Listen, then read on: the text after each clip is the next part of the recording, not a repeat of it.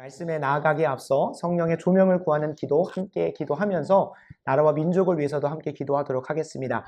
짧은 묵상을 나누고 이 시간 성령의 조명과 함께 나라를 위해서 기도하도록 할 텐데요.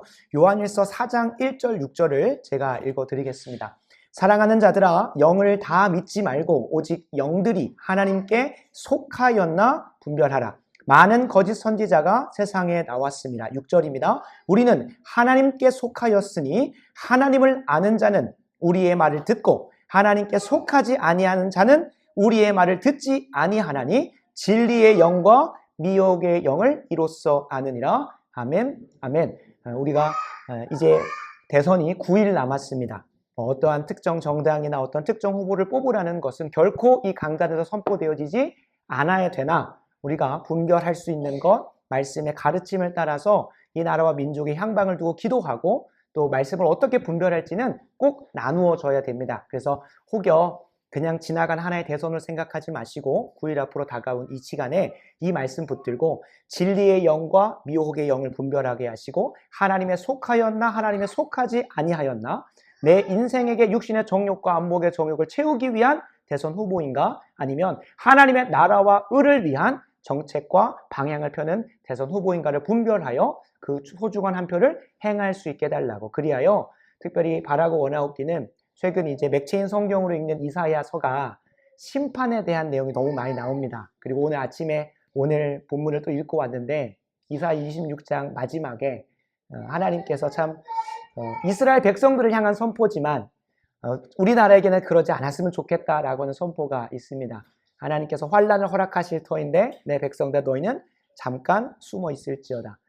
그러면서 그런 기도가 마음에 나왔습니다. 하나님, 결코 이 말씀이 이번에는 아니었으면 좋겠습니다. 저희가 그 환난을 피하게 하시고 한 번만 더 기회 주셔서 이 나라의 민족이 바른 방향으로 갈 수 있도록 좀 기도를 했는데요. 이 시간 말씀의 조명을 구하면서도 그리고 나라와 민족을 위하면서 구하면서도 하나님 제가 분별하는 자 되게 하여 주시옵소서. 그리고 이 나라 이 민족이 징계와 유기가 아니라 하나님의 선하신 한 번에 더 기회를 받는 귀한 이번 대선 될 수 있도록 기도하시면서 말씀의 조명을 위해서 이 세 가지 함께 힘써 기도하고 제가 기도한 이후에 말씀의 자리로 나아가도록 하겠습니다. 기도하겠습니다. 아버지 하나님, 이 시간 하나님께서 허락하신 이 말씀의 시간을 두고 기도합니다. 주여, 오늘 말씀을 조명하여 주시고 지혜와 계시의 영을 주시사 하나님을 깊이 하는 놀라운 은혜가 있을 수 있도록 도와주시고 마음의 눈을 밝히사 이 말씀 가운데서 우리에게 약속하시는 부르심의 소망이 무엇이고 기업의 영광의 풍성함이 무엇이고 성령 하나님께서 예수 그리스도를 죽은 자 가운데서 다시 살리시는 그 능력의 지극히 크심이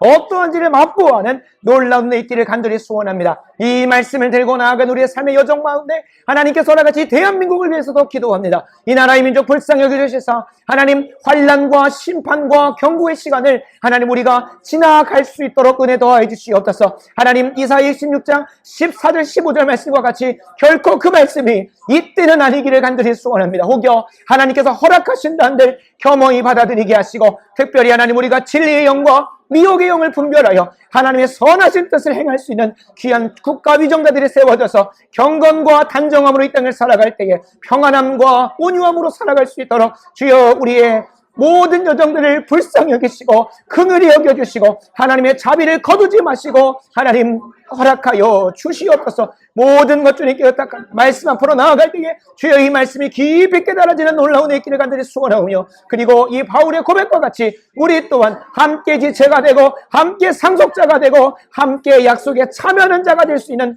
귀한 시간 될 수 있도록 은혜 더하여 주시옵소서.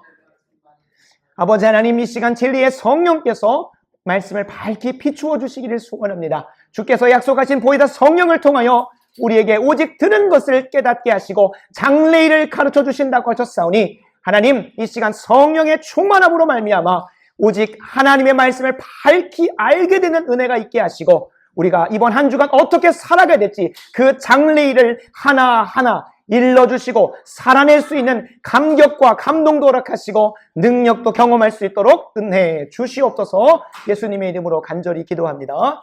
아멘. 오늘 가정의 달 시리즈를 마무리하고 에베소서 강해로 다시 돌아왔습니다. 에베소서 3장 1절 9절 말씀을 가지고 함께 약속에 참여하는 자가 되게 하라 라는 말씀 제목으로 하나님 말씀 증거할 수 있도록 하겠습니다. 20세기 위대한 변증가 코넬리우스 반티르라고 하는 사람이 이러한 고백을 합니다. 우리는 존재하기 전부터 해석되었다. 다시 한번 말씀드립니다. 우리는 존재하기 전부터 해석되었다. 현대사회가 철학적인 사고나 현학적인 사고 혹은 형이상학적인 사고를 많이 접어두고 이 땅에서 어떻게 살아가려 할지 형이하학적이고 우리 삶의 실제적인 것들만 고민하다 보니 이러한 말들이 잘 안 들릴 수 있습니다. 실제로 이것들이 활발하게 논의되었던 17세기부터 19세기에는 이 단어 한 문장 한 문장 가지고 서로 갑론을 막 토론도 했었는데 이것이 직관적으로 안 들릴 수 있습니다. 그래서 좀 설명을 드리면 우리는 존재하기 전부터 해석되었다라고 하는 것이 이 말의 깊은 의도와 그 한 인생의 고백을 알고 나면 깊은 은혜와 위로가 찾아옵니다. 실제로 우리 한 인생은 창조되기 전부터 하나님의 위대한 계획을 가지고 태어나게 됩니다. 해석되어졌다는 건 무엇입니까? 우리가 이 땅에 두 발을 딛기 전부터 하나님의 작정과 하나님의 예정하심과 하나님의 섭리 가운데 우리가 어떠한 삶을 살아가게 될지를 그 선하시고 지혜로우시고 전능하신 하나님의 뜻에 따라서 정해져 있었다는 것을 우리가 존재하기 전부터 이미 하나님에 의해서 해석되어졌다는 겁니다. 하나님의 의미가 부여되어져 있었다는 것이 이 짧은 문장, 이 담겨져 있습니다. 굳이 이렇게 쉽게 표현할 수 있는 것을 이렇게 어렵게 표현했을까요? 그 당시에는 그런 사고와 그런 언어들을 많이 사용했던 것으로 보여집니다. 분명한 것은 우리의 내일이 존재하기 전에 하나님께서는 이미 우리의 내일을 계획하셨고 예정하신 대로 행하십니다. 그것이 우리가 존재하기 전부터 이미 해석되어졌다는 겁니다. 그러나 혹자는 이 말을 듣고 무슨 하나님이 우리의 삶을 다 계획하시면 우리는 자유도 없고 그렇게 얼마나 억압 가운데 살아가느냐, 난 그런 하나님 안 믿을란다 말할 수 있습니다. 그러나 반대로 그 심령이 새로워지고 성령으로 이 고백을 조명하는 사람에게는 크나큰 위로가 찾아옵니다. 왜 그럴까요? 우리는 무능합니다. 우리는 무지합니다. 한 치 앞도 알 수 없는 인생입니다. 그러나 그 전지하시고 전능하시고 선하신 하나님께서 우리의 다음 앞날을 존재하기 전부터도 이미 뜻하시고 해석해 놓으셨다는 것 안에서 우리에게는, 믿는 자에게는, 특별히 거듭난 자에게는, 성령의 조명을 받는 자에게는 엄청나게 큰 위로가 찾아옵니다. 그 위로를 먼저 경험했었던 한 신앙의 위대한 선배가 있는데 그를 우리는 사도 바울이라고 합니다.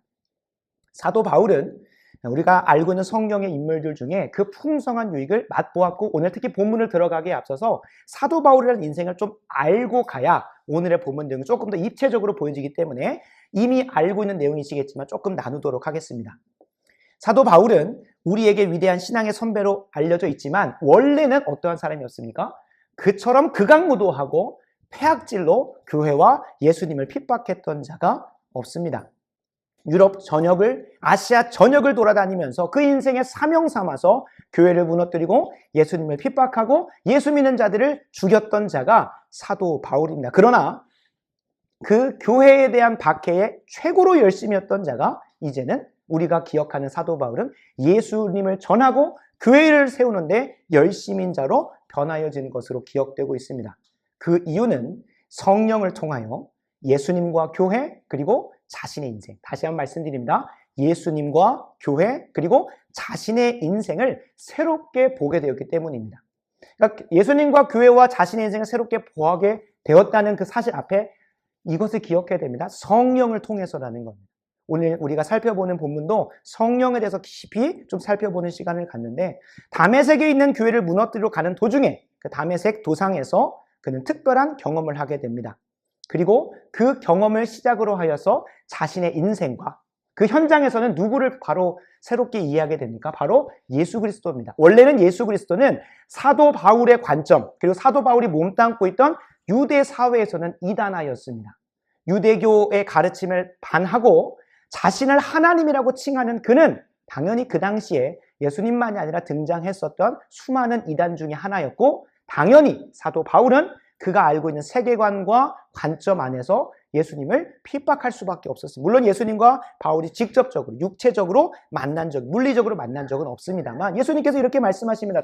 사울아 사울아 네가 왜 나를 박해하느냐. 우리는 여기서 알 수 있습니다. 예수님께서 머리가 되시고 몸된 교회를 핍박할 때 예수님은 교회를 핍박하는 사울에게 있어서 왜 너는 나를 핍박하느냐라고 하시는 거예요. 그러면서 알게 되는 겁니다. 아, 예수님이 어떠한 분이시고 교회가 어떠한 분이신지 성령의 조명을 통하여 그 빛으로 찾아오신 예수 그리스도의 가르침을 통하여 깊이 깨닫게 됩니다. 그러나 여기에서 끝나지 않습니다. 예수 그리스도와 교회에 대해서 바르게 알게 된 그가 이제 새로운 인생으로 그 삶의 관점이 바뀌어지게 됩니다. 그 이후로 자신에게 가지고 있던 모든 것이 사라지거나 없어지거나 새로워진 게 아닙니다. 물리적인 것은 그대로지만 자신의 인생을 바라보는 삶의 방향과 삶을 살아내는 방식이 완전히 재해석되어집니다.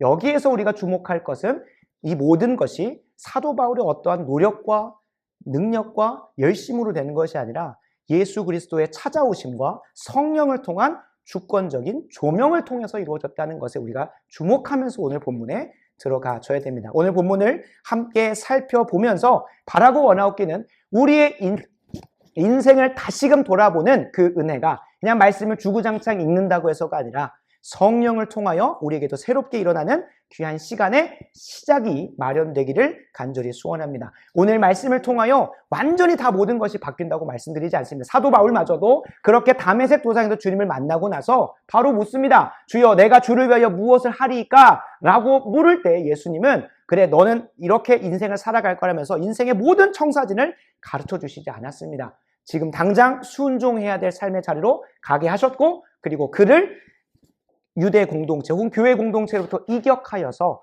학자들은 짧게는 3년, 길게는 7년 정도 아라비아 광야와 사막에서 하나님과 독대하면서 다시 신학을 재정립하는 시간들을 가지게 하셨다는 걸 우리가 기억한다면 오늘 한 번의 예배로 우리가 거듭날 수 있습니다. 그거는 의심의 여지가 없습니다. 그러나 우리가 이 한 번의 예배를 성공한다고 하여 남은 여생을 그렇게 계속 살아갈 수 있다는 것은 성경에서도 말하고 있지 않다는 사실을 기억하면서 오늘이 성령을 통하여 우리의 인생을 새롭게 바라보는 귀한 시점이 열리길 소원하고 무엇보다 그냥 시점만 열리고 끝나는 것이 아니라 사도 바울이 그렇게 관점이 바뀌고 나서 즉각적으로 그 인생을 하나님의 영광을 위해서 이제는 교회를 핍박하고 예수 그리스도를 핍박하는 그 열심이었던 인생이 이제는 예수님을 전하고 교회를 세우는 데 열심인 인생으로 바뀌었던 것처럼 오늘 우리가 순종해야 될 것, 오늘 우리가 이번 한 주간 순종해야 될 것을 붙들고 나아가는 귀한 말씀의 시간 되길 간절히 소원합니다. 본문으로 들어갑니다. 본문은 사도 바울의 개인 간증 정도로 보여집니다. 보면 사도 바울이 본문을 시작하면서 이러므로 그리스도 예수의 일로 너희 이방인을 위하여 갇힌 자 된 나 바울이 말하거니 하면서 바울의 인생이 어떠한 삶인지 잠깐 개인 간증 혹은 개인 고백처럼 보입니다. 그러나 우리가 이 본문만 딱 떼우면 갑자기 3장에서 바울이 자기 얘기를 왜 하지? 라고 싶을 수 있는데 우리는 문맥 속에 있습니다. 1장과 2장을 거쳐서 3장에 이르렀고 그리고 3장 이후에 이어지는 4장까지의 문맥을 살펴보면 에베소서 1장 17절 19절에 사도 바울은 에베소 교회를 향해 이렇게 기도합니다. 지혜와 계시형을 주시사 하나님을 깊이 알게 하시고 하나님을 깊이 아는데 마음의 눈이 밝아져서 어떻게 합니까? 성부와 성자와 성령 하나님이 어떠한지를 너희들이 알았으면 좋겠다. 근데 그 기도의 제목이 바로 2장 상반부와 2장 후반부 그리고 3장에 걸쳐서 신실하게 응답이 됩니다.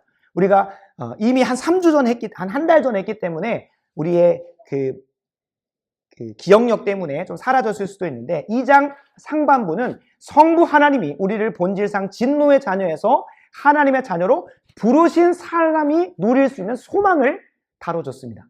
그러니까 성부 하나님을 깊이 경험하게 한 거죠. 그리고 이어지는 예수 그리스도 안에서 함께 지어져 간다고 하는 2장 후반부는 예수 그리스도로 인하여 우리가 교회에서 한 몸 되어서 기업의 영광의 풍성함이 어떠한지를 사도 바울이 직접적으로 너희는 이렇게 이걸 경험할 수 있어. 사람들이 생각을 합니다. 산상순에 보면 온유한 자는 땅을 기업으로 받는다고 합니다. 그러니까 사람들이 그것만 딱 떼고 가지고 뭡니까? 이제 나는 부동산 투자하면 잘 되겠구나. 이번에 건물을 샀는데 상당히 오르겠구나. 이렇게 하면서 기업으로 받는다고 하니까 그거를 본인의 삶에 문맥화해가지고 이해를 해요. 본인의 삶으로 가서 상황을 한단 말이에요. 근데 예수님께서 기업의 영광의 풍성함을 누리게 한다는 것이 다양한 것들이 있을 수 있지만 에베소서 안에서만큼은 교회에 속하여 교회 안에서 서로 교제하면서 자라가는 기업의 영광의 풍성함을 보여주시고자 했다는 것을 우리는 성경을 통해 알 수 있습니다. 그러면 3장에 오면 이제 우리가 직접적으로 경험하는 성령 하나님의 역사가 이제 등장해야 된다. 그리고 등장하고 있다는 것을 기억하면서 들어가셔야 됩니다. 그러니까 사도 바울의 그냥 개인적인 간증에서 끝나는 것이 아니라 성령으로 말미암아, 결론부터 말씀드리면 먼저 조명을 받아 새로운 삶이 됐고, 그리고 이제는 누구에게? 오늘 본문에 나온 것처럼 복음의 일꾼이 되어 그것을 알지 못하는 이들에게 하나님께서 때로는 감추어 두셨지만 먼저 계시로 자신을 비춰주셨고, 자신이 그 계시의 통로가 되어 성령의 도구가 되어 그것을 알지 못하는 자들에게 그 비밀을, 그 복음을 가르쳐 주고 있다. 그게 성령의 가장 첫 번째 하는 역사라는 거죠. 그러니까 성령께서 수많은 역사를 하십니다. 그러나 가장 첫 번째로 하시는 건 그 복음의 비밀을 밝히 비추어 주시는 것. 그래서 우리가 읽었던 교동문에서도 하나님이 세상을 이처럼 사랑하사 독생자 주셨으니 그 3장의 내용이 빛 가운데로 오지 못하는 자는 성령의 조명을 받지 못하기 때문이고, 그리고 성령께서 역사하실 때 반다싱이라고 인도에서 한 성자는 정말로 하나님의 강권적인 역사로 그냥 묵상을 하다 갑자기 환상을 보고 20세기에 사도 바울이라고 할 정도로 그렇게 일어납니다. 아무런 그게 없었습니다. 성경이 있었지도 않고 그냥 인도에서 힌두교에 아주 최선을 다하고 있었는데 그냥 찾아옵니다. 그래서 사도 바울의 현대판 사도 바울이라고 말은 하지만 그거는 정말로 비범한 사역이고, 일반적으로는 먼저 믿은 사도 바울을 통하여 에베소 교인들에게 그 복음의 비밀을 가르쳐주는 것처럼 오늘 본문을 통하여 먼저 계시로 그 복음의 비밀을 깨달은 사도 바울이 이제 이방인들에게, 에베소 교인들에게 다가가는 본문이 있습니다. 그래서 오늘 말씀을 마무리하면서 나의 인생에게 먼저 비춰주신 그 복음의 빛을, 그 깨닫게 하신 복음의 비밀을 누구에게 전해야 할까를 한번 깊이 고민하는 예배 시간 됐으면 좋겠고, 또 그거를 전하는 우리 모두가 되길 간절히 소원합니다. 본문으로 들어가면서 본문의 3장 1절에 보면 사도 바울은 예수 그리스도의 일로 말미암아 갇혀있다라고 하는 말을 얘기합니다. 그러니까 갇혀있다는 건 정말로 물리적으로 갇혀있는 겁니다. 에베소서는 옥중서신이라고 해서 예수 그리스도의 일, 이것이 무엇인지는 1절, 2절, 3절이 더해지면서 깨닫게 됩니다. 그래서 사도 바울이 의도한 대로 처음부터 가르쳐드리지 않겠습니다. 이 예수 그리스도의 일이 뭘까? 그걸로 인하여 사도 바울은 지금 갇혀 있습니다. 그리고 그 갇힌 자 된 바울이 이제 에베소 교인들에게 전합니다. 2절입니다. 너희를 위하여 내게 주신 하나님의 그 은혜의 경륜을 너희가 들었을 터이라. 1절에서는 예수 그리스도의 일이었고, 이제는 그것이 바꿔 표현돼서 2절에서는 은혜의 경륜으로 바뀌어집니다. 그래서 경륜이라는 단어가 우리가 사용하지 않는 좀 고어다 보니까 이해가 어려울 수 있는데, 경륜이라는 것은 네이버 사전을 찾아봤습니다. 일정한 포부 혹은 일정한 뜻을 가지고 일을 조직적으로 계획하는 것입니다. 그래서 영어로는 administration이라고 해서 행정적인 것, 어떤 것들을 조직적으로 구상해서 일 처리하는 것을 경륜이라고 해요. 그러니까 하나님께서 그 경륜을 누구에게 맡기셨습니까? 사도 바울에게 맡겼어요. 사도 바울은 그 경륜을 감당하다가 예수 그리스도 일을 하다가 지금 갇혀 있다고 말합니다. 그러나 그 일을 하는 것이 이제 3절과 4절로 이어지면서 그게 정확하게 또 뭘까? 점점 더 궁금해하면서 이제 진행이 되는데, 그것이 뭐냐? 곧 3절입니다. 계시로 내게 비밀을 알게 하신 것은 내가 먼저 간단히 기록함과 같으니. 그러니까 여기서는 이제 뭘로 바뀌었습니까? 비밀이라는 단어로 바뀝니다. 예수 그리스도의 일, 은혜의 경륜, 비밀. 그리고 4절에 가면 그리스도의 비밀도 또 변화됩니다. 이제 한 절 한 절 가다 보면 이제 마지막 6절에서는 그게 뭔지 드러나는데, 분명한 것은 3절에 보면 곧 계시로 내게 비밀을 알게, 내게 먼저 계시, 성령의 조명, 계시하면 딱 누가 떠올려야 될까? 성부와 성자와 성령 중에 성령 하나님입니다. 지혜와 계시의 영, 진리의 영, 우리를 조명하여 주시는 그분 다 성령입니다. 그러니까 성령의 계시를 통하여, 조명을 통하여 그 복음의 비밀, 먼저 말씀드렸는데 비밀을 깨닫게 하신 것을 내가 먼저 뭐 했대요? 기록했대요. 먼저 기록된 데가 어디입니까? 에베소서 1장과 2장입니다. 그러니까 1장과 2장을 읽어도 충분히 내가 먼저 그 복음의 그 비밀을 깨달았고, 그리고 그것을 기록해 놨으니 이미 그것만도 충분한데 조금 더 구체적으로 설명을 하고 있다는 것을 3절에서 얘기하는 거예요. 4절을 보면 너가 1장과 2장만 읽어도 내가, 사도 바울이 이미 성령의 조명을 통하여 그리스도의 비밀을 깨달은 것을 너희도 안다 라고 하는데, 5절에 보면 이제 그 비밀이 원래는 감춰뒀었던 것이라고 말합니다. 이제 그의 거룩한 사도들과 선지자들에게 성령으로 나타나 성령이 등장합니다. 그러니까 성령, 계시, 조명 다 계속 표현만 다르게 할 뿐이지 그 비밀을 밝혀주시고 복음을 알려주시는 분은 성령이에요. 성령으로 나타내셨다는 거예요. 그러나 언제는 다른 세대에서는 바로 구약 시대에서는 주님께서 감춰놓고 하기도 하셨다는 거예요. 그리고 사람의 아들들 누굽니까? 예수 하나님께서 택하지 않으신 자들에게는 알리지 아니하시기도 하셨다는 거예요. 이건 이제 부연 설명입니다. 그러니까 그 비밀, 그리스도의 비밀, 은혜의 경륜, 예수 그리스도의 일 모두 다 무엇인지 계속 궁금증을 증폭하다가 이제 6절에 나오는 거예요. 이는 이방인들이 복음으로 말미암아 그리스도 예수 안에서 함께 상속자가 되고 함께 지체가 되고 함께 약속에 참여하는 자가 됨이라. 아멘. 아멘. 6절에 들어가면서 그 그리스도 예수의 일이 무엇인지, 은혜의 경륜이 무엇인지, 비밀과 그리스도의 비밀이 무엇인지 분명하게 얘기합니다. 이제 그냥 대놓고 얘기합니다. 무엇입니까? 복음입니다. 그 복음으로 말미암아 이전에는 상속자가 아니었던 자들이 상속을 받는 자로 들어오게 됐고, 이전에는 몸 밖에 있었던 자, 교회 밖에 있었던 자들이 이제 함께 이 복음으로 말미암아 지체가 되는 역사를 경험을 했고, 그리고 천국의 약속에 참여하는 자가 됐다라는 것을 사도 바울은 얘기하고 있는 거예요. 그러니까 사도 바울이 내가 이렇게 해와서 이렇게 내 인생에 간증을 하고 있는 것이 아니라 정작 얘기하고자 하는 것은 성령의 역사를 통하여 내가 먼저 복음의 계시로 인하여 복음을 깊이 깨닫게 되었고 내 인생을 재해석하고 나니 이제 7절에 이르러서 내가 복음의 일꾼이 되어 너희들에게 그 성령의 도구가 되어서 너희들에게 복음을 전파하기 위해서 복음의 비밀을 깊이 깨닫게 하기 위해서 그래서 그 복음으로 말미암아 이전에는 상속자가 아니었고 이전에는 지체가 아니었고 이전에는 약속 밖에 있는 자가 외인이었던 자가 이 복음으로 말미암아 교회 안으로 약속 안으로 상속자 안으로 들어올 수 있게 하려고 이 내용이 기록된다라는 거예요. 그걸 누가 하신다는 겁니까? 바울이 하는 것도 아니고 성령이 하신다는 것을 계속 조명하여 주고 있는 것입니다. 그러니까 1절부터 5절까지는 계속 비밀 하면서 감춰졌고 숨겨져 왔고 할 수 없었던 것인데 성령을 통하여 내게 먼저 깨닫게 하셨고 너희들에게 보여주신다는 것을 거듭 강조하고 있다는 겁니다. 바라고 원하옵기는 사도 바울이 먼저 성령의 조명을 통하여 복음의 비밀, 누군가에게는 감추어졌고 누군가는 결코 알 수 없었던 것을 저와 여러분들에게 동일하게 경험하게 하신 것을 믿는다면 사도 바울과 같이 예수 그리스도에 대해서도 제대로 해석해내시고 교회에 대해서 제대로 해석해내시되 거기서 끝나지 마시고 우리들의 인생을 제대로 해석해내는 은혜가 우리 모두에게 임하길 소원합니다. 사도 바울은 예수 그리스도와 교회에 대해서 성경을 통하여 수많은 신학적인 지식과 성령의 조명을 통해 깨닫고 끝나는 것이 아닙니다. 아, 예수님이 그런 분이시구나. 교회가 그런 곳이구나. 많이 아는 것에도 중요한 것이 아니라 결국에 그것을 내 삶으로 가져 내 인생을 뭐 하게 됩니까?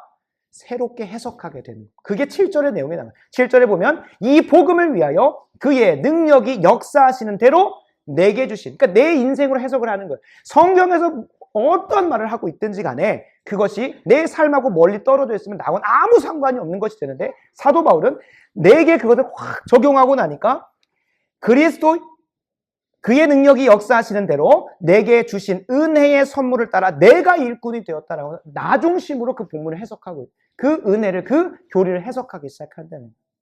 그래서 우리 좋은 교회 성도님들도 항상 주일 마치고 나서 제가 이제 항상 소그룹지를 가지고 오는데 한 번 더 오늘의 본문의 내용을 복기할 수 있도록 그거를 그냥 오늘은 성령의 역사에 대해서 배웠어. 하나의 단편 지식으로 끝나는 것이 아니라 그 하나의 말씀이 내 삶을 변화시키는 놀라운 능력이 될 수 있도록 깊이 묵상하시라고 소그룹지도 뒀고 또 그것을 혼자 하면 한쪽으로 빠질 수가 있습니다. 그래서 주관적인 것으로 빠지지 않도록 객관적인 대화의 자리 여기서 나누다 보면 내가 틀렸으면 고침을 받는 겁니다. 그래서 제가 소그룹을 하다 보면 그건 잘못 얘기한다. 너 그러다가 이단 판정 날 수 있다. 그렇게까지 얘기합니다. 실제로 그렇고요. 그러나 우리가 나누면서 틀렸다는 걸 점검받고 바른 길로 가는 게 중요하지 내가 계속 숨겨놓고 나 혼자 비밀처럼 알고 있다가 잘못된 길로 가는 것보단 오히려 부끄러움이 있더라도 나눴다가 틀리면 바른 길로 바꾸고 하는 시간들이 얼마나 좋겠습니까? 그래서 꼭 소그룹지를 참조하셔서 이 본문의 내용을 내 삶으로, 사도 바울과 같이 내 삶으로 잘 적용하시는, 그러나 주관적으로 막 빠지는 게 아니라 객관적인, 성경이 진짜 말하고 있는 대로 적용을 하셔서 그 능력을 실제로 경험하는 우리 모두가 되길 소원합니다. 그러니까 사도 바울이 자신의 인생을 재해석한 거예요. 이전에는 어떤 인생이었습니까? 내가 이뤘다고 생각을 했습니다. 빌립보서에 보면 사도 바울은 그 당시 엄청난 스펙을 가지고 있는 사람이었습니다. 바리새인 중에 바리새인이었고, 심지어 누구 아래에서 수하했다면, 누구 문하에서 바리새인으로 훈련됐다고 유명한데, 그게 지금은 뭐 어떤 그런 그 도제식으로 뭔가 받는 게 아니라 어떤 교수님 아래서 배웠다기보다 뭐 학교 이름만 기억을 하니까요. 그 당시에 이제 가말리라고 하는 대랍비, 랍비 중에 랍비한테 훈련 받았다고 하면 아주 꽤 잘 나가는 사람이었습니다. 그러니까 가말리엘이라는 사람에게서 수학을 했고, 그리고 바리새인 중에 바리새인이었고, 무엇보다도 바리새인 중에서도 난 열심히 있는 자, 스스로가 자화자찬하는 게 아니라 정말로 이 다메섹 도상의 교회를 핍박하는 공문서가 쉽게 나올 수 있을 정도로 그 당시에 꽤 바리새인 중에서도 영향력이 있는 사람이었다고 판단할 수가 있습니다. 그러니까 엄청났다는 거예요. 누가 이룬 거예요? 본인이 이룬 겁니다. 본인이. 그러나 여기서 사도 바울은 7절에 그 내 인생에 주신 것들 뭐라고 고백합니까? 그의 능력이 역사하신 대로 내게 주신 하나님의 은혜의 선물을 따라. 그러니까 자신의 인생에 주어졌던 것들이 내가 이룬 것은 맞지만, 내가 노력하여 얻은 것은 맞지만 그 모든 것이 누가 줬다는 겁니까? 하나님이 은혜의 선물을 따라 주셨고, 이전에는 복음의 일꾼이 아니라 교회를 핍박하는, 최선을 다하는 열심히 있는 일꾼으로 살아갔는데 자신의 인생을 새롭게 해석하고 방향이 바뀌어지게 됩니다. 이어지는 8절과 9절을 보면 그가 일꾼이 되고 자신의 인생을 어떻게 구체적으로 해석했는지 더 구체적으로 나오는데요. 8절을 보겠습니다. 모든 성도 중에 지극히 작은 자보다 더 작은, 이런 말을 할 수 있는 사람이 아니에요.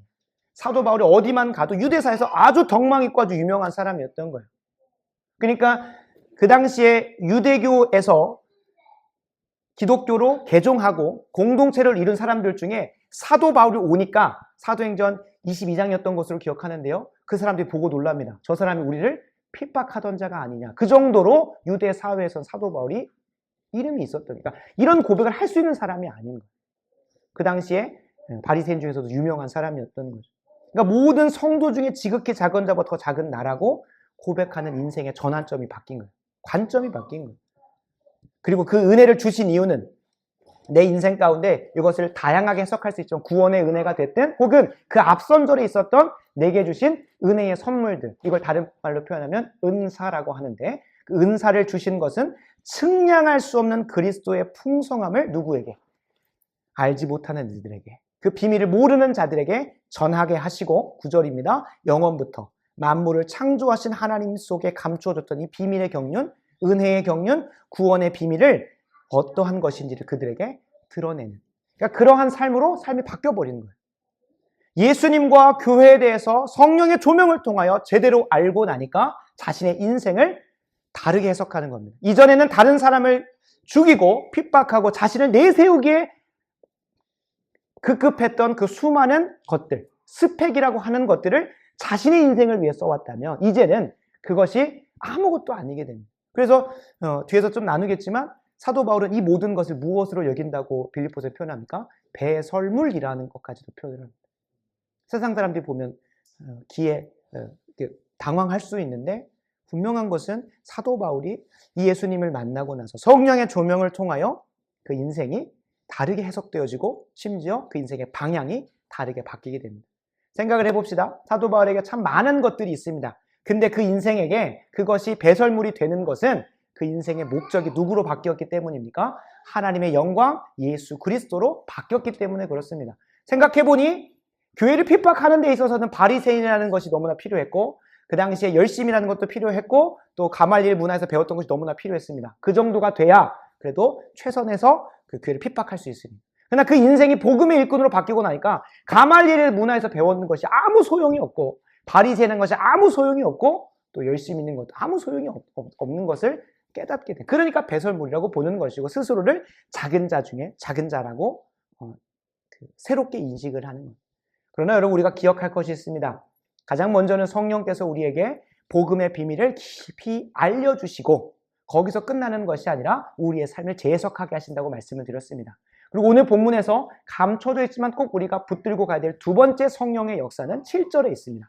7절을 한 번 더 읽겠습니다. 이 복음을 위하여, 그 복음의 계시를 위하여 그의 능력이 역사하시는 대로 내게 주신 하나님의 은혜의 선물을 따라 내가 일꾼이 되었다고 합니다. 인생의 삶이 바뀌었다고 했습니다. 그러고 나니까 자신이 어떻게 보면 과거에 대해서 후회를 할 수 있습니다. 내가 왜 그렇게 살았을까?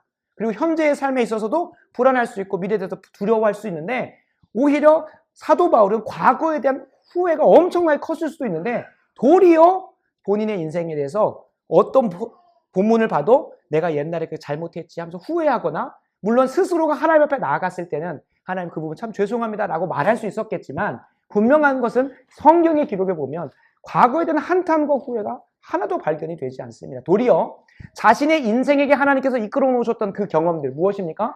바리새인으로서 구약 성경에 대해서 아주 투철하게 암송되어지고 이해했던 그 신학을 가지고 유대인들을 전도하는데 귀하게 쓰임받게 됩니다.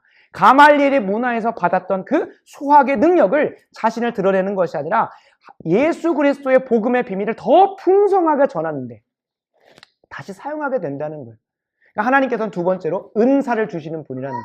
우리의 인생을 새롭게 해석하시고 나서 그냥 다시 이전의 것들은 다 버려라고 하시는 것이 아니라, 결국에 그 순간들 다 누구의 뜻 가운데 있었습니까? 하나님의 뜻 가운데 있었다는 거예요. 하나님을 부정하고 하나님을 나 몰라라고 살아왔던 그 모든 순간들마저도 하나님의 창조 계획 가운데 있었기 때문에 그것 어느 것 하나도 버릴 게 없다는 거예요.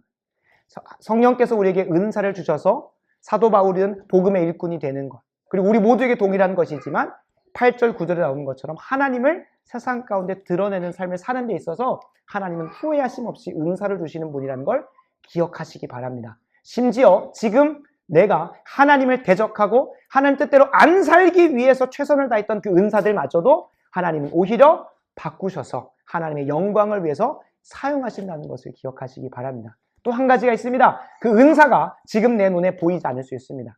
그러나 분명한 것은 하나님께서 방향을 바꾸시고 나서 그 방향대로 갈 때마다 필요한 것들을 채워주시고 은사로 덧입혀 주신다는 것을 꼭 기억하셔야 됩니다. 은사라고 했을 때 우리가 고린도전 12장을 생각하면서 뭔가 비범하고 뭔가 좀 특별한 것들만 생각할 수 있습니다. 저도 어렸을 때 저희 가정에서 이제 방언을 하시는 분들이 있다 보니까 방언을 사모했었습니다. 근데 안 주시더라고요. 근데 그 방언만이 은사가 아니라 야고보서 표현에 따르면 빛들의 아버지께서 온갖 좋은 것과 은사와 선물을 우리에게 주신다고 합니다. 그러니까 우리들의 인생에 갖고 오신 모든 것이 다 은사라는 거예요. 하나님께서 우리에게 주신 이 생명도 은사일 것이고, 저희가 비교하는 것 참 죄송합니다만 아무리 길을 걸으면서 노방에서 전도하고 싶더라도 벙어리이거나 혹은 다리를 사용할 수 없는 좀 불편함이 있으신 분들은 노방에서 전도하기가 어렵습니다. 그러나 우리에게 두 발을 주시고 그들에게 다가가서 말을 할 수 있는 입을 허락하셨다는 것, 그것마저도 하나님께서 우리에게 무엇을 주신 겁니까? 하나님을 드러낼 수 있도록, 사도 바울과 같이 복음의 일꾼의 자리로 갈 수 있도록 주신 은사라는 사실을 우리가 좀 새롭게 인식을 해야 됩니다. 너무 특별한 것들만 구하다 보면 그것에 함몰되어서 사단이 좋아하는 거죠. 특별한 것, 멋진 것, 스펙타클한 것만 보게 하면서 내게 주신 평범한 것, 내게 주신 일상을 저주하고 무너집니다. 그래서 이제 인스타그래머블이라고 하죠. 인스타그램에는 올라오는 건 그 인생의 일주일에 168시간 중에 정말로 행복한 순간 어떻게든 인위적이고 자기적으로 만들어가지고 올리는 그 한 장의 건데, 그걸 보면서 무엇하게 됩니까? 내 인생의 평범한 일상들을 저주하게 만듭니다. 그래서 실제로 미국의 그 좀 진보적인 주마다 법이 다르니까요. 실제로 페이스북, 인스타그램 등 SNS를 지금 이제 그게 어떻게 또 법안이 바뀌었는지는 모르겠지만 특정 주, 그것도 이제 보수적이고 성경적인 주 말고 좀 진보적인 주에서도, 심지어 거기 LA도 포함이 되어 있습니다. LA에서마저도 뭐가 통과됐냐면 청소년들이 인스타를 못하게 하는, 부모의 허락하지 않고서는 그런 SNS에 하지 못하는. 왜 그럴까요? 통계가 있는 거예요. 페이스북에서 이제 암암리에 했습니다. 설문조사를 했습니다. 실제로 10대 청소년들이 페이스북을 사용하는 시간과 비례해서 본인의 삶에 대해서 부정적이게 보고 우울감에 빠지고 정신질환에 빠지는 것들이 과학적인 그게 있으니까, 그래서 페이스북이 한동안 좀 난리가 났었습니다. 왜 그런 조사를 해놓고 그렇게 계속 홍보하면서 그들에게 정신건강에 좋지 않은 것들을 하게 하냐. 그래서 우리가 분명히 기억해야 될 것은 사단도 그 방법을 사용한다는 것. 다른 사람들에게 있는 그 은사들이라고 칭해지는 것들을 보면서 내 인생에게 이미 있는 은사들마저도 저주하게 만들고 부정하게 만든다는 것을 꼭 기억하시기 바랍니다. 도리어 하나님을 드러내는 데 있다면 8절과 9절 나온 것처럼 창조주 하나님을 온 열방 가운데 드러낼 수 있는 것이라고 한다면 내게 주신 그 모든 것이 심지어 게임 실력도 복음을 전할 수 있는 통로가 될 수 있다는 것, 그리고 하나님을 드러낼 수 있는 통로가, 물론 절제와 겸손이 필요한 것은 분명합니다만, 분명한 것은 그 자체가 하나님을 대적하는 것이 아니라고 한다면 하나님께 내게 주신 은사들을 가지고 사도 바울과 같이 그 인생을 재해석하는 것도 필요하고 내게 있는 모든 것들도 재해석하는 은혜가 우리 모두에게 필요합니다. 그 은혜를 경험하는 우리 좋은교회 모든 성도들 되시길 간절히 소원합니다. 말씀을 마무리합니다. 성령을 통해 복음의 비밀을 깊이 깨달으시고 하나님 안에서의 인생의 방향을 발견하는 은혜가 우리 모두에게 임하길 소원합니다. 그리고 새롭게 설정된 인생의 방향 안에서 이전에는 내게 주신 것들을 가지고 나를 위해 살았다면 이제는 하나님의 복음을, 그러니까 사도 바울처럼 풀타임으로 선교사를 하라는 것이 아닙니다. 8절과 9절에는 그 일꾼된 삶이 어떤 것인지 다 드러냅니다. 하나님을 드러내고 하나님을 보여주고 하나님을 전하는 것이면 됩니다. 내게 허락하신 그 소명지에 최선을 다하시되 9절에 나온 것처럼 영원부터 만물을 창조하신 하나님 속에 감춰두던 비밀의 경륜을 드러내는 삶을 살면 되는 겁니다. 그래서 그렇게 그 인생의 방향이 바뀌고 나서 내 인생을 주신 은사들, 내게 주신 은혜들을 재해석하는 은혜가 있길 소원합니다. 그래서 과거의 후회에 머물러 있어서 앞으로 못 나아가는 인생 없길 간절히 소원합니다. 현재의 불안으로 인하여서 한 걸음 내딛지 못하는, 혹은 미래에 대한 불안에 사로잡혀서 계속 현재에 안주하려고 하는 그러한 어리석은 인생이 없기를 간절히 소원합니다. 이제는 그것들을 가지고 어떻게 하나님을 드러내는 삶을 살아갈지 깊이 고민하는 여정을 오늘부터 시작하시길 소원합니다. 만약에 그런 인생을 살지 않으면, 그렇게 삶의 방향이 바뀌고 재해석하는 시간이 없으면 과거에 대한 후회, 현재의 불안, 미래에 대한 두려움에 사로잡혀서 반드시 죽어서만 가는 지옥이 아니라 이 땅에서도 지옥을 경험할 것이기 때문입니다.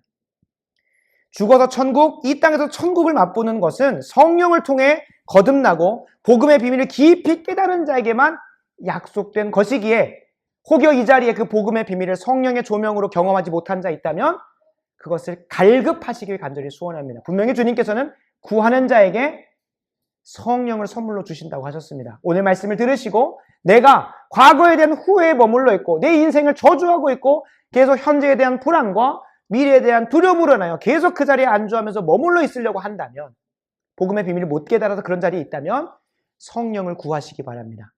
주님께서는 반드시 구하는 자에게, 찾는 자에게, 두드리는 자에게 그 가장 좋은 선물인 성령을 주신다고 하셨으니 성령의 조명을 통하여 사도 바울과 같이, 비록 지금 어디에 있습니까? 감옥 가운데 있지만 13절 읽지 않았지만 이렇게 표현합니다. 그러므로 너희에게 구하노니 너희를 위한 나의 여러 환난, 이 바로 감옥에 갇혀있는 것에 대하여 낙심하지 말라. 이는 너희의 영광이라는, 오히려 그 감옥에 갇혀있는 그 인생을 영광이라고 해석할 수 있는 것은 복음의 비밀을 깊이 깨달아 성령을 통하여 내 인생의 오늘 이 순간을 새롭게 재해석한 자에게서만 나올 수 있는 고백이라는 것을 기억하시고 성령을 간절히 구하시기 바랍니다. 그리고 오늘 말씀의 제목이 무엇입니까? 함께 약속에 참여하는 자가 되라가 아니라 되게 하라는 겁니다. 사도 바울이 먼저 깨닫고 그것을 내 인생에게만 가둬둔 것이 아니라 누구에게 전합니까? 이방인에게 전하고, 때로는 돌맞고 죽음의 위협 가운데 있지만 유럽과 아시아 전역, 지금 선교학자들도 해석해보기를 사도 바울의 그 모든 일정이 어떻게 도보로만 왔다 할 수 있었는가? 1차와 2차 사이에 시간이 수년이 있는 게 아니요, 몇 달밖에 안 있고 다시 또 나가는 그 여정을 보면서 어떻게 가능했을까?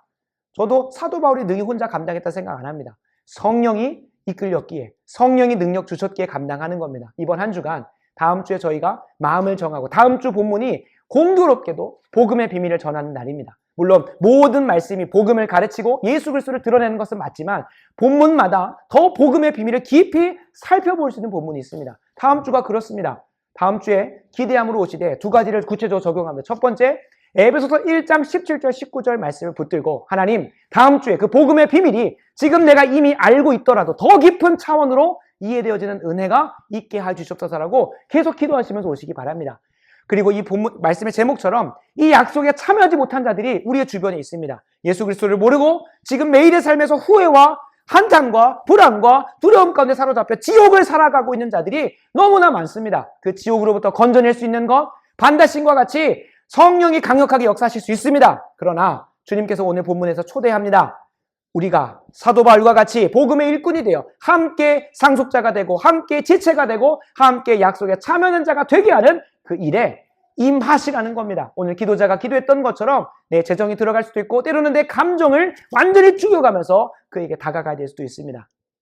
그러나 그것이 내가 혼자 하면 힘들지만 성령의 조명과 성령의 동행하심과 성령의 충만함 가운데 한다면 우리가 수고로 이 강권에다 이 집을 채울 때에 그 역사, 내게도 그렇고 그 영혼에게도 그렇고 역사하시는 것은 하나님이심을 신뢰하면서 담대하게 나아가시는 저와 여러분들에게 간절히 소원합니다. 그래서 교회 그 뒤에 보시면 초대장을 제가 디자인해서 준비해 놨습니다. UNJ로 해놨습니다. 그 박봄이라고 하는 그 가수의 제목이 UNI를 좀 이렇게 패러디한 것, 물론 이제 그걸 모르는 세대가 더 많을 겁니다. UNJ인 이유가 뭘까요? 당신과 함께 예수님이 함께 가길 원하십니다. UNJ, 좋은 교회가 함께 가길 원합니다. 그리고 뭐 저는 이제 또 그렇게 전할 건데 이순종의 J가 이제 함께 갈 겁니다. 어찌됐든 그 여정 함께 갈 수 있는 자들을 여러분들이 뒤에 손편지를 쓸 수 있도록 준비했습니다. 지금 이 시간 마음 가운데 떠오르는 그 한 영혼 있을 겁니다. 아, 그 영혼 지금 지옥에 살고 있는데 그 영혼에게 내가 다가가서 전하고 싶다. 그 영혼에게 꼭 오늘 저녁에 가셔서 편지 쓰시고 이번 주중 저녁 중에 한 번을 식사 약속 잡으셔서 구체적으로 전하시기 바랍니다. 제가 예시로 제가 노방에서 전도하려고 쓴 게 한 400장 정도 만든 거는 또 있습니다. 그거는 제가 필요하신 분들은 또 드리기도 하겠습니다. 어떤 편지 내용을 썼는지는 여러분들이 기도하시고 그 영혼에게 정말 필요한 무엇을 성령의 조명의 통로로 이번 한 주간 쓰임 받으셔서 저는 기도하고 있습니다. 이 자리에 한 15명 계십니다. 다음 주에 30명 앉아있는 걸 기도하고 있습니다. 먼저 첫 열매로서 제 고등학교 친구인 김영빈의 가정이 신혼부부인데 다음 주에 오기로 했습니다. 그리고 저는 또 우석대학교에서 1명, 백제예대 1명, 그다음에 전수장학소 1명을 두고 힘써 기도하고 있습니다. 주님께서 누가복음 14장 23절에 말씀하십니다. 강권하에다가 내 집을 채우라. 그 말씀에 순종하는 이번 한 주 되어서 우리 함께 무엇하고 상속자가 되고 함께 지체가 되고 함께 약속에 참여하여 이 땅에서도 천국을 함께 맛보고 죽어서도 저 천국에서 그 영혼의 얼굴을 함께 볼 수 있는 은혜가 우리의 순종을 통하여 열리는 이번 한 주 되길 소원합니다. 기도하겠습니다. 아버지 하나님, 함께 상속자가 되기 원합니다. 함께 지체가 되기 원합니다. 함께 약속에 참여하는 자가 되게 하기 위하여 내게 마음 가운데 품게 하신 그 영혼에게 이번 한 주간 초대장을 들고 나아가려고 합니다. 주여, 편지를 쓸 때 그 영혼의 갈급함을 일으킬 수 있는 문장과 단어들이 쓰여지게 하시고 그 영혼이 그걸 받고 그냥 쓰레기통에 갖다 버리는 것이 아니라 이제야 왜 찾아왔냐? 라고 하는 그 영혼의 부르짖음을 우리가 듣게 하여 주셔서 그 영혼이 이 자리에 나와 복음을 듣고 새로운 삶을, 새로운 인생을, 새로운 여정을 시작할 수 있도록 은혜 주시옵소서. 우리는 순종하겠사오니 주께서 역사하시기를 간절히 소원합니다. 예수님의 이름으로 간절히 기도합니다. 아멘.